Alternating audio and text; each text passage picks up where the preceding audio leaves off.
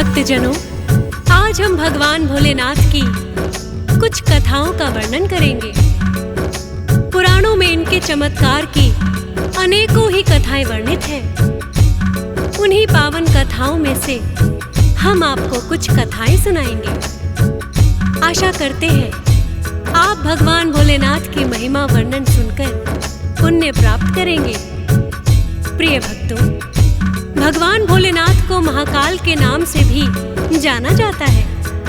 कहते हैं भगवान भोलेनाथ के महामृत्युंजय मंत्र का जाप आए हुए काल को भी टालने में सक्षम है।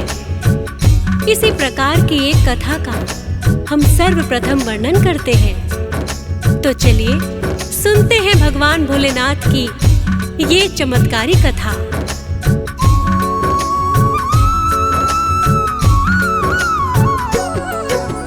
ऋषि मृकंडु हुए हैं भक्तों शिव के भक्त महान, और उनकी पत्नी थी जिनका मरुदती था नाम। किंतु अनेकों वर्षों तक उन्हें ना संतान हुई। पुत्र की प्राप्ति का उपाय वो खोज रहे कोई। करने लगे हैं भोलेनाथ की दोनों कठिन तपस्या। एक ही पुत्र चाहे हो जाए, मन में थी यही इच्छा। भोलेनाथ उनकी भक्ति से प्रसन्न है बड़े हुए। साक्षात दर्शन आकर के पति पत्नी को दिए। पति पत्नी भोले के चरणों में गिर जाते हैं, पावन कथा सुनाते हैं। महादेव और नीलकंठ भी जो कहलाते हैं, हम कथा सुनाते हैं। शिव ही है महाकाल जो ताल को देते टाल। शिव ही है महाकाल जो ताल को देते टाल।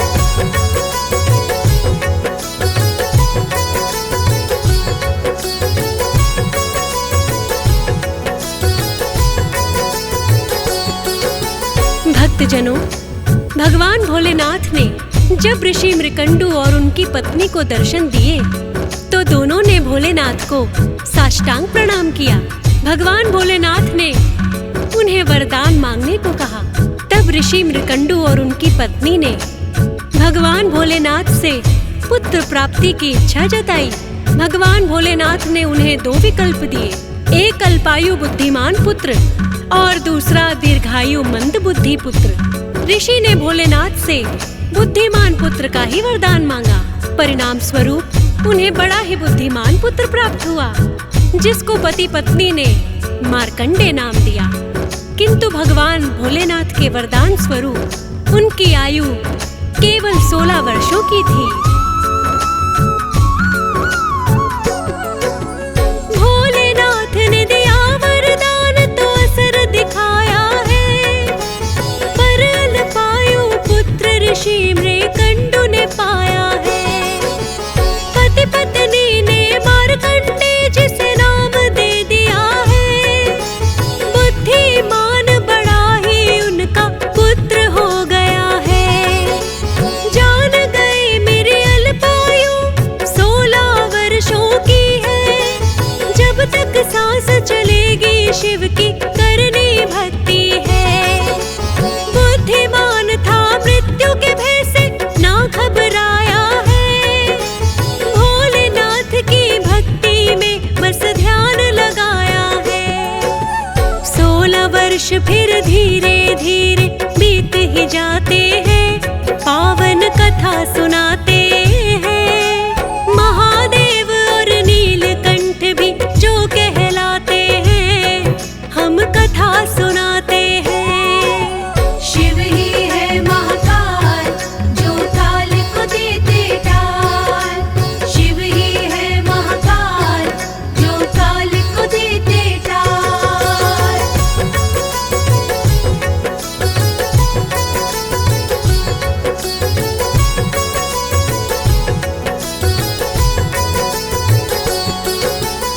भक्तजनों, जब ऋषि मार्कंडे ने जाना कि वो अल्पायु है उन्होंने अपना सारा जीवन भगवान भोलेनाथ की भक्ति में बिताने का निश्चय किया और 16 वर्षों तक भगवान भोलेनाथ की कठिन तपस्या की।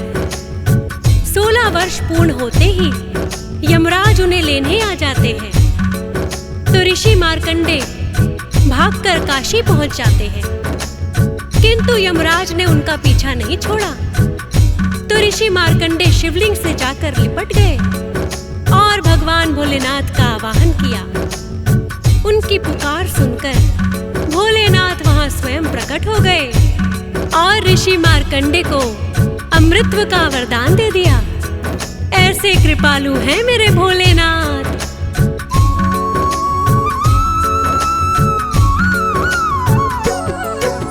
जो अल्पायु थे उनको भी अमर कर दिया है, भोलेनाथ की उन पर भक्तों ऐसी हुई दया है।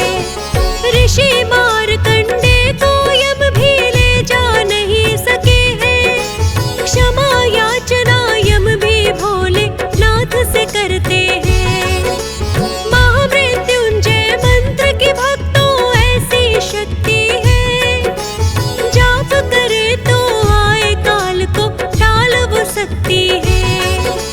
प्रकट स्वयं ही भोलेनाथ ने मंत्र ये कर दिया है, जो करते हैं जाप मंत्र का होती उन पे दया है। महामृत्युंजय मंत्र की महिमा ऐसी बताते हैं, पावन कथा सुनाते हैं। महादेव और नीलकंठ भी जो कहलाते हैं, हम कथा सुनाते हैं। शिव ही है महाकाल, जो ताल को देते टाल। शिव ही है महाकाल, जो ताल को देते टाल।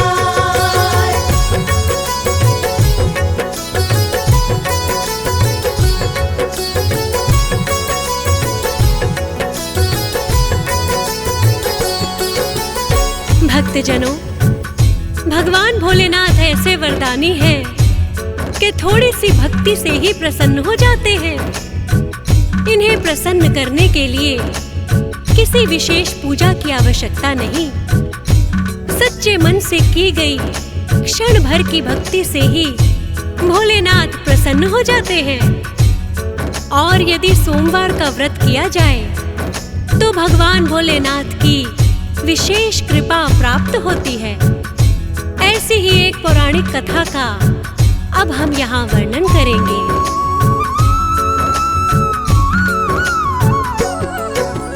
किसी समय में एक साहूकार शिव का भक्त हुआ, पर संतान की प्राप्ति का ना सुख उसे प्राप्त हुआ।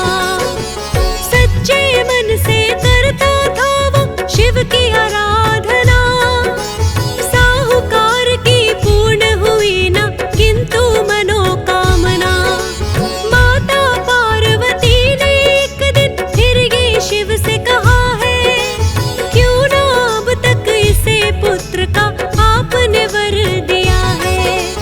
आप सदा ही स्वामी भक्तों की विनती सुनते हैं, सच्चे मन से आपकी साधना जो भी भक्त करते हैं। क्यों नहीं पुत्र आप इनको फिर देना चाहते हैं, पावन कथा सुनाते हैं। महादेव और नीलकंठ भी जो कहलाते हैं, हम कथा सुनाते हैं। शिव ही है महाकाल, जो ताल को देते टाल। शिव ही है महाकाल, जो ताल को देते टाल।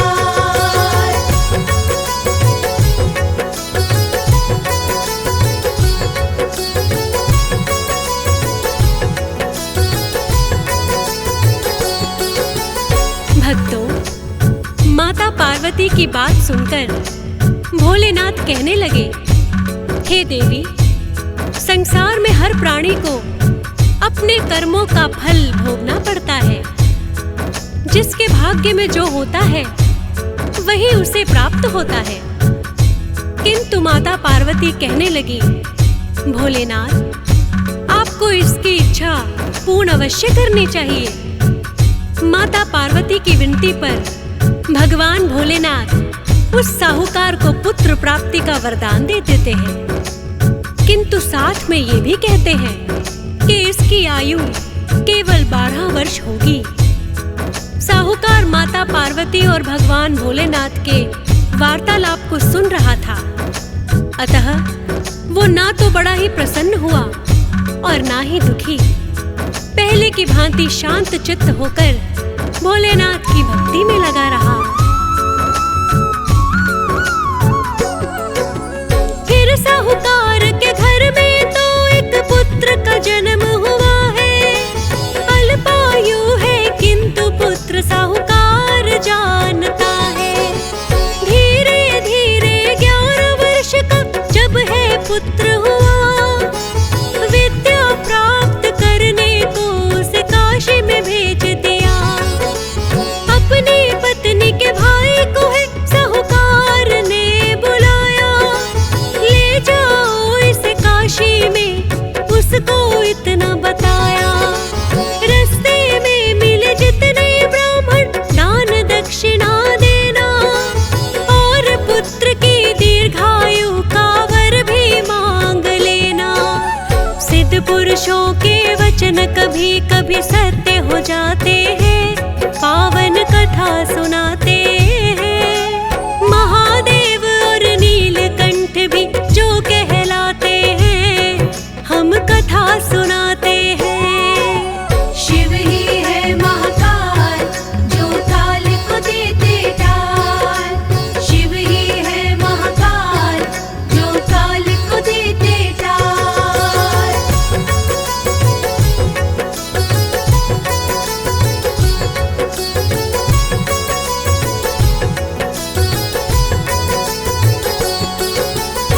भक्तजनों, साहूकार ने अपने साले को बहुत सा धन देकर विदा किया और कहने लगा, मेरे पुत्र को काशी में ले जाकर शास्त्रों की विद्या का ज्ञान दिलवाएं।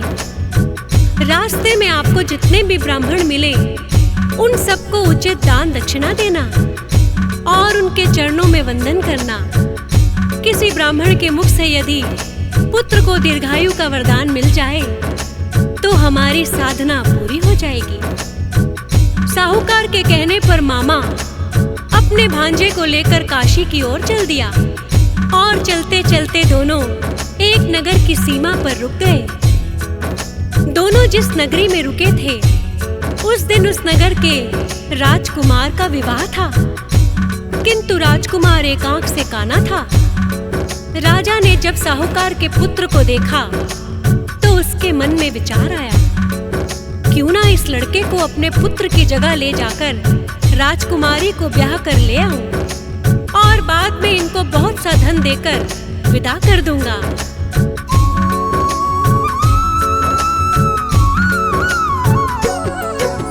साहूकार के पुत्र को राजा ने बुलवाया है और दूल्हे का वेश पुत्र की जगह बनाया है। राजा ने तो उनको सारी बातें बताई है, राजकुमारी की शादी धोखे से रचाई है।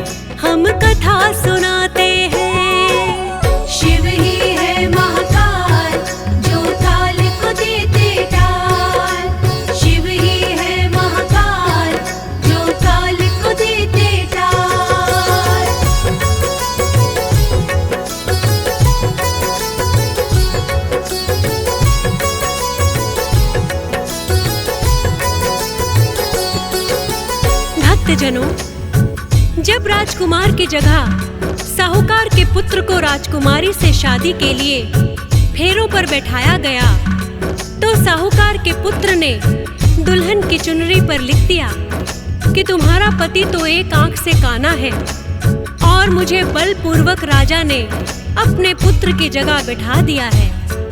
जब दुल्हन ने अपनी चुनरी पर लिखी बातें पढ़ी तो सब कुछ जान गई और उसने अपने पिता को सब बातें बताई।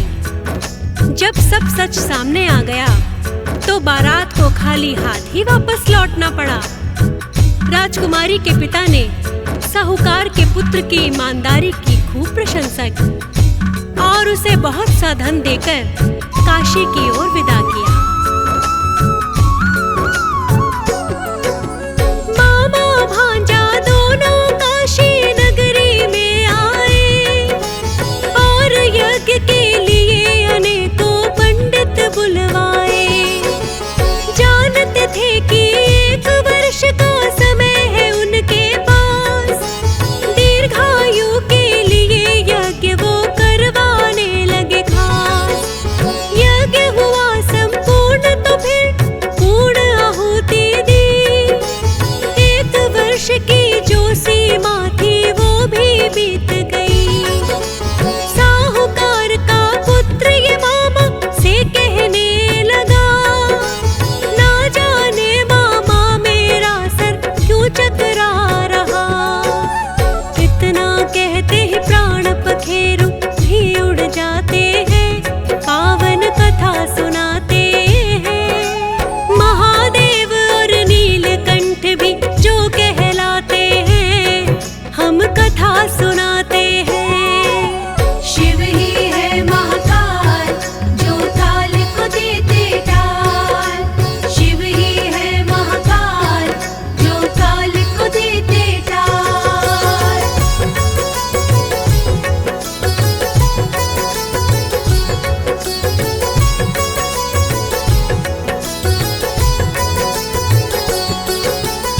भक्तजनों, 12 वर्षों का समय पूर्ण होते ही साहूकार के पुत्र की मृत्यु हो गई।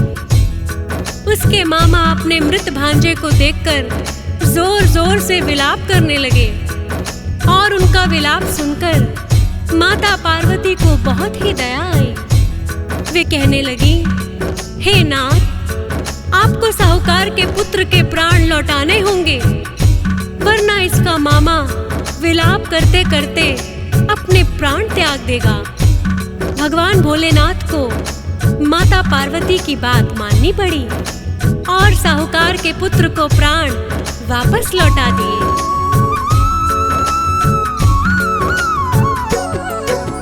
भोलेनाथ ने जिसे दिया अल्पायु का वरदान, माता पार्वती की विनती भोलेनाथ गए मान। आई हुई मृत्यु को भी भोले ने टाल दिया, अल्पायु को भोलेनाथ ने दीर्घायु किया। और दर्शन भी मामा भांजा दोनों को दिए हैं।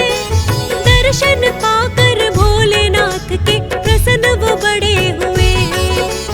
खुश नसीब है स्वयं ही भोलेनाथ जो हमसे मिले। बोलो मामा अब तो अपने नगर की ओर चले। फिर प्रस्थान वो अपने नगर को कर ही जाते हैं, पावन कथा सुनाते हैं। महादेव और नीलकंठ भी जो कहलाते हैं, हम कथा सुनाते हैं। शिव ही है महाकाल, जो ताल को देते टाल। शिव ही है महाकाल, जो ताल को देते टाल।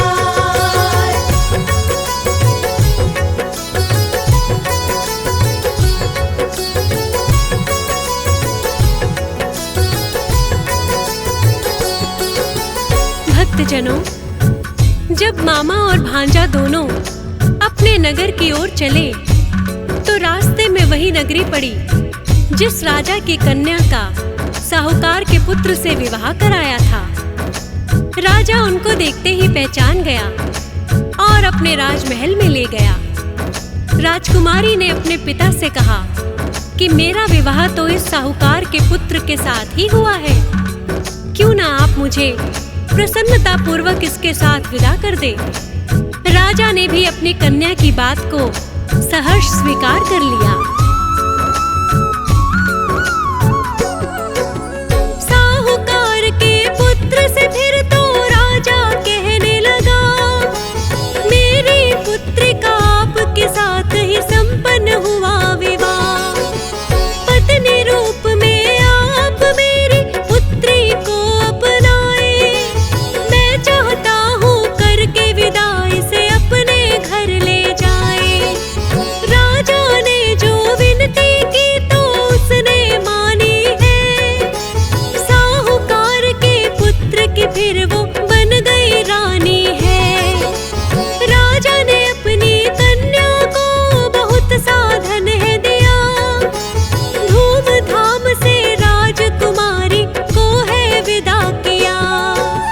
फिर तो लौट के अपने नगर में वो आ जाते हैं, पावन कथा सुनाते हैं। महादेव और नीलकंठ भी जो कहलाते हैं, हम कथा सुनाते हैं। शिव ही है महाकाल, जो ताल को देते टाल। शिव ही है महाकाल, जो ताल को देते टाल।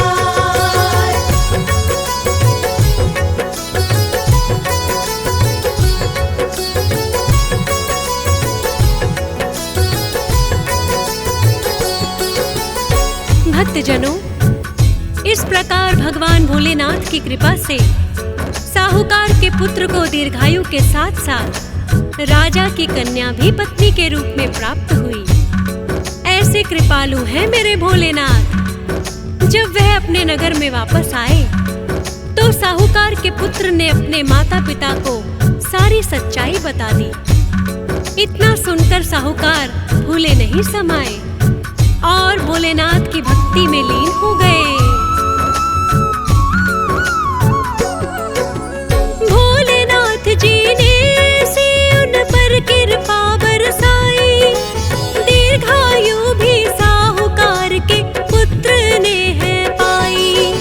भोलेनाथ तो सदा ही भक्तों पर कृपा करते हैं, सच्चे मन से जो भी इनका नाम सुमिरते हैं। सोमवार के व्रत में यही कथा सुनी जाती है, भोलेनाथ की कृपा भक्तों पर हो जाती है। भोलेनाथ की कथा को सुनता हंस राज रिलहन, और चरणों में करता है सदा उनके वंदन। फौजी सुरेश से लाखों भक्त भी शीश झुकाते हैं, पावन कथा सुनाते हैं। महादेव और नीलकंठ भी जो कहलाते हैं, हम कथा सुनाते हैं। शिव ही है महाकाल, जो ताल को देते टाल। शिव ही है महाकाल, जो ताल को देते टाल।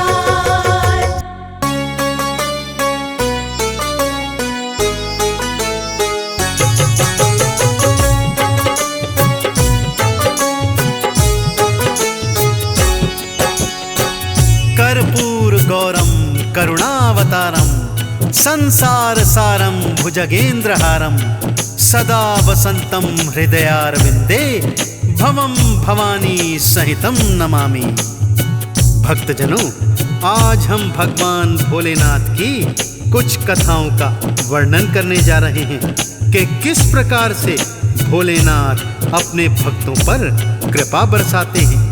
देवों के देव, दानियों के दानी भक्तों के लिए इतने दयालु क्यों हो जाते हैं। कोई भक्त सच्चे मन से यदि इनकी साधना करता है तो उसे वर देने में भोले बाबा देर नहीं लगाते। तो आइए सुनते हैं शिव भक्तों भगवान भोलेनाथ की ये पावन संगीतमय कथाएं। भोलेनाथ देवों के देव हैं, तभी तो कहते महादेव है, सच्चे मन से जो इन्हें ध्याए। भक्तों पर कृपा बरसाए। एक शिव भक्त की सुनो कहानी, कथा है भक्तों बड़ी पुरानी, यजुर्वेद में मिलता वर्णन। सुन करके हो पावन तन मन। सौंधव नामक था एक राजा, शिव शंकर का ध्यान लगाता, भक्ति में जो लगन लगाई। मोह माया उसे छू नहीं पाई। एक दिन आया उसके मन में, जाके सैर की जाए वन में, जो ही राजा वन में आया। सुंदर एक सरोवर पाया। भक्तजनों, उस सुंदर सरोवर को देखकर राजा मंत्र मुग्ध हो गए। उस सरोवर में एक राजहंसों का जोड़ा भी तैर रहा था। राजा के मन में आया कि क्यों ना इन राजहंसों को अपने महल में ले जाया जाए। महल के सरोवर में ऐसे सुंदर राजहंस होंगे तो महल की शोभा और भी बढ़ जाएगी। राजन उन राजहंसों को पकड़ने हेतु सरोवर में उतर गए, किंतु जैसे ही राजहंसों के पास में गए तो डुबकी लगाकर वो राजहंस दूसरे किनारे पर चले गए। तब राजन फिर से उनके पास पहुंचे तो वो फिर डुबकी लगाकर इस ओर आ गए। इस तरह राजन दिन भर उन हंसों को पकड़ने के लिए तैरते रहे। अंत में राजा तैरते तैरते थक गए भक्तों, और सरोवर के किनारे विश्राम करने लगे। तभी वो राजहंसों का जोड़ा राजा के पास आकर क्या बोलता है, आइए श्रवण करते हैं।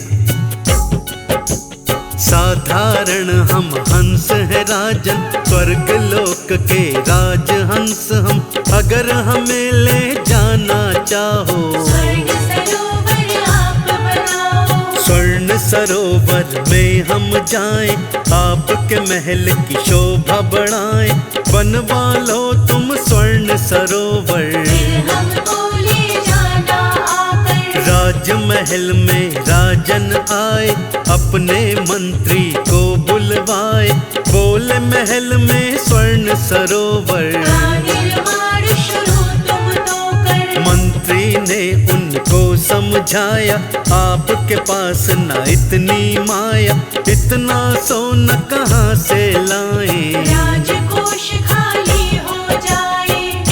भक्तजनों, राजा को तो उन राजहंस के जोड़े ने इतना मंत्रमुग्ध कर दिया था कि वो किसी भी सूरत में उन्हें अपने महल में लाना चाहता था। किंतु मंत्री ने उन्हें समझाया, हे राजन, स्वर्ण सरोवर बनाने के लिए हमारे पास पर्याप्त सोना नहीं है। तब राजन प्रजा के ऊपर कई अतिरिक्त कर लगा देता है और स्वर्ण सरोवर का निर्माण आरंभ करवा देता है, परंतु फिर भी स्वर्ण सरोवर का कार्य पूरा नहीं हो पाया। फिर राजा ने आसपास के छोटे छोटे राज्यों पर आक्रमण करना प्रारंभ किया और उनका धन लूटना प्रारंभ कर दिया भक्तों, परंतु सरोवर का कार्य तो अब भी अधूरा है। अब और अतिरिक्त कर लगाने के अलावा राजा के पास कोई चारा नहीं था। राजा ने अनेकों अन्य कर प्रजा पर थोप दिए भक्तों, और हंसों की चाहत में वो भगवान शिव की भक्ति भी भूल गया। जो राजा थे धर्म परायण, वो ही दो हंसों के कारण कर्तव्य है भूले अपना। देख रहे अनचाहा सपना। प्रजा उन्हें देती थी दुआएं, अब वो उनसे ही तंग आए, लगी निकलने मन से बद्दुआ। घोर अकाल राज्य में पड़ गया। नहीं हुई है फिर वहाँ वर्षा, दाने दाने को हर कोई तरसा। राजा ने पंडित बुलवाए, बोले युक्ति कोई बताए। राज पुरोहित ने बतलाया, एक महर्षि वन में आया, उस ऋषिवर का अभू नाम है। वो कुछ कर सकते समाधान है। भक्तजनों, इस प्रकार राज पुरोहित के समझाने पर राजन ने ऋषि अभू के आश्रम में जाने का फैसला किया। ऋषि अभू उन्हें बताते हैं कि हे राजन, आपने मात्र 2 हंसों को पाने की चाहत में अपनी प्रजा के ऊपर अतिरिक्त करों का भार डाल दिया है। इससे आपने शिव भक्ति का मार्ग भी अवरुद्ध कर दिया है, जिसके कारण ही आपके नगर में ये घनघोर अकाल पड़ा हुआ है। इसका मात्र एक ही उपाय है, आप भगवान भोलेनाथ के नाम पर एक महायज्ञ करवाएं और भगवान भोलेनाथ से क्षमा याचना करें। महर्षि अभु के कहने पर राजन ने यज्ञ अनुष्ठान प्रारंभ कर दिया भक्तों, और ब्राह्मणों ने भोलेनाथ का यज्ञ प्रारंभ कर दिया। ब्राह्मणों ने शुरू यज्ञ कराया, राजा और रानी को बिठाया, आहुति जो यज्ञ में डारी, अग्निदेव ने ना स्वीकारी। तब राजन चिंता में पड़ गए, अग्निदेव क्यों रुष्ट हो गए।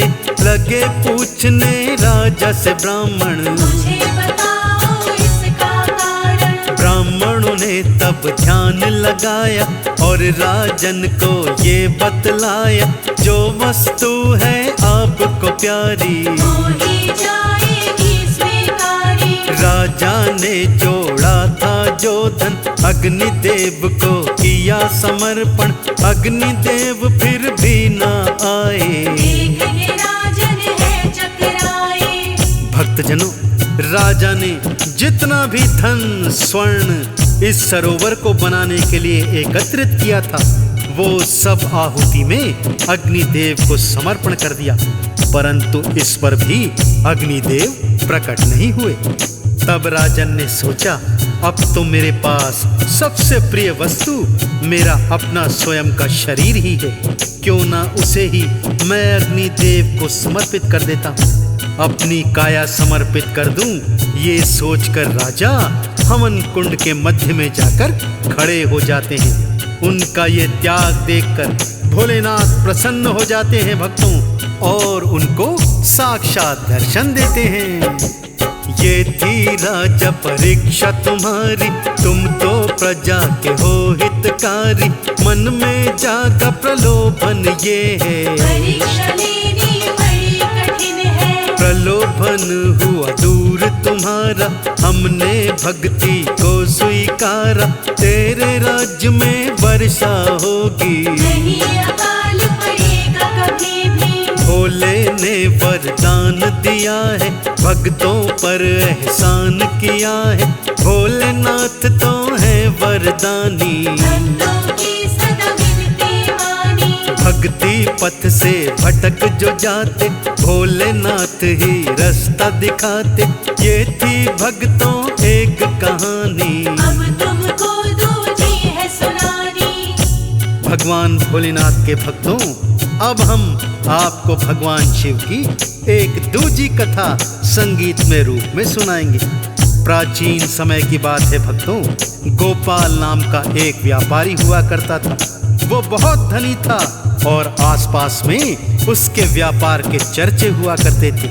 एक समय की बात है, गोपाल बहुत सारा सोना चांदी धन लेकर व्यापार के लिए सागर के मार्ग से जा रहा था कि अचानक तूफान आ गया। उसका जहाज डूबने लगा।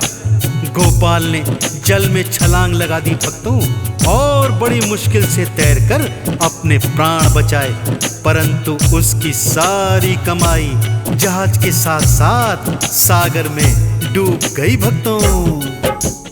होते समय के खेल अजब है, ना जाने क्या होना कब है, आज कोई जो माला माल है, अगले ही पल वो कंगाल है। यही गोपाल के साथ हुआ था, सारा ही धन डूब गया था, पानी में गई सारी कमाई, जान बड़ी मुश्किल बच पाई। भटक रहा है भूखा मरता, जंगल जंगल में वो फिरता, कच्चे पक्के फल थे खाए, और झरने में प्यास बुझाए। बड़ा ही जो धनवान था कल तक, चला नहीं था कभी पैदल तक, पाँव में पड़ गए उसके छाले, और पड़े खाने के लाले। भक्तजनों, इस तरह गोपाल बहुत दिनों तक भूखा प्यासा वनों में भटकता रहा। कटीली राहों में चल चल कर उसके पांव लहू लुहान हो गए थे। भक्तों, भटकते भटकते एक मंदिर के पास में आया जहां एक साधु धूनी रमाए बैठा था। गोपाल ने जाकर साधु को प्रणाम किया। साधु ने पूछा, हे परदेसी, तुम कौन हो और ये क्या हाल बना रखा है? अपनी तो गोपाल ने सारी कहानी साधु को बता दी। साधु परम शिव भक्त था। उसने पहले तो गोपाल को खाने को एक तुम्बा दिया। गोपाल तो कई दिनों का भूखा था। उस तुम्बे को ही 56 भोग समझकर प्रेम से खाने लगा। उसने साधु का आभार प्रकट किया। साधु ने देखा गोपाल के हाथ पर श्वेत कोड़ के निशान थे। ये देखकर साधु उनसे कुछ पूछने लगते हैं। भक्तों, तुमको जो ये कोड़ हो गया, बुरा कर्म तुमने कोई किया, चुरा ले जो औरों का सोना, हे परदेसी कुछ न छुपाओ, मुझको सब सच सच बतलाओ, सोना किसका तुमने चुराया, जो ये करने का फल पाया। सोच रहा गोपाल ये मन में, कभी तो मैंने न किया जन्म में, सोना किसी का नहीं चुराया। एकदम उसे याद है आया, एक व्यापारी उसका मित्र था, उसके संग व्यापार वो करता, मृत्यु अचानक उसकी हो गई, छोड़ गया अपना सोना भी। भक्तजनों, तब अचानक गोपाल को याद आता है कि उसका एक साथी व्यापारी था जो उसके साथ मिलकर व्यापार करता था। अचानक ही उसकी मृत्यु हो जाने के कारण वो अपना सारा सोना गोपाल के पास में छोड़कर मर गया था। गोपाल ने उसके पुत्रों को उसके बारे में कुछ भी नहीं बताया था और उसी सोने से अपने व्यापार को आगे बढ़ाया था। उसने साधु को सारी सच्ची बात बता दी। साधु कहने लगे, तुम्हें इसीलिए कोढ़ हो गया है, तुम उस व्यापारी के पुत्रों को उनका सारा सोना लौटा दो। गोपाल कहने लगा, परंतु आज मैं तो खाली हाथ हूँ, मेरा सारा धन इस सागर में डूब गया है, अब मेरे पास तो खाने तक के लाले पड़े हुए हैं, तो भला उन व्यापारी पुत्रों को मैं सोना कैसे लौटाऊंगा। साधु ने कहा, तुम निश्चय तो करो, सब ठीक हो जाएगा। और साधु ने अपनी धूनी से थोड़ी सी राख लेकर उसके माथे पर लगा दी। गोपाल अपने घर की ओर चल पड़ा। भक्तों, मन ही मन उसने निश्चय कर लिया था कि वो सही समय आने पर अपने साथी व्यापारी के पुत्रों को सारा सोना लौटा देगा। अब गोपाल है घर में आया, एक सेठ को आगे पाया, वो गोपाल से लगा है कहने, तुमसे कुछ धन लिया था मैंने, तब तो मैं लौटा ना पाया, अब मुझको ये याद है आया, मैं आया हूँ इतना सुनकर, जहाज डूब गया तेरा सागर, मित्र हो गया जो था होना, मेरे पास बहुत सा सोना, जितना चाहो तुम ले जाओ, और फिर से व्यापार चलाओ। सोच रहा गोपाल ये मन में, चमत्कार किया उस साधु ने, जाकर उसको शीश झुकाऊं, पहले अपना उधार लौटाऊं। भक्तजनों, ज्यों ही गोपाल अपने घर वापस आया, उसे एक साहूकार मिला जिसे कभी गोपाल ने कुछ धन दिया था। वो व्यापारी कहने लगा, हे गोपाल, जब मैं मुसीबत में था तुमने मेरी सहायता की थी, अब तुम्हारा सारा धन सागर में डूब गया है, तो मैंने जो तुमसे उधार लिया था वो धन वापस करता हूँ। गोपाल को उसने 5 सोने की ईंटें दी, जिसमें से 2 ईंटें गोपाल ने व्यापारी मित्र के पुत्रों को लौटा दी। अब उसके मन में कोई पाप शेष नहीं था। बाकी बचे हुए धन से एक दुकान खोली गोपाल ने, बहुत सा मुनाफा कमा लिया था। इसलिए जल्दी ही उसका व्यापार दिन दूनी रात चौगुनी तरक्की के साथ आगे को चल पड़ा था।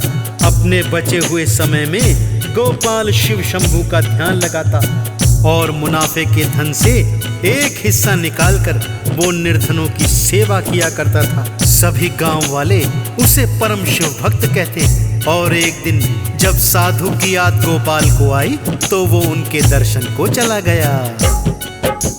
जो मेरा व्यापार चलाया ये सब उस साधु की माया, जाकर उसको शीश नवाऊं, आज मैं दर्शन करने जाऊं। मंदिर के जब निकट में आया वो साधु तो वहां नहीं पाया, लगा सोचने ये गोपाल है। बीत गए अब कई साल है, दर्शन करना मैंने चाहा पर वो साधु न मैंने पाया, मन ही मन गोपाल ये बोले, तुम ही रक्षक सबके भोले। चमत्कार हुआ उसके साथ है, सामने उसके भोलेनाथ है, श्री चरणों में शीश नवाया। वो तो भूला नहीं समाया। तो देखा आपने भक्तों किस तरह देवादिदेव भोलेनाथ अपने भक्तों की परीक्षा लेते हैं, और जब फिर वही भक्त सच्ची श्रद्धा और भक्ति से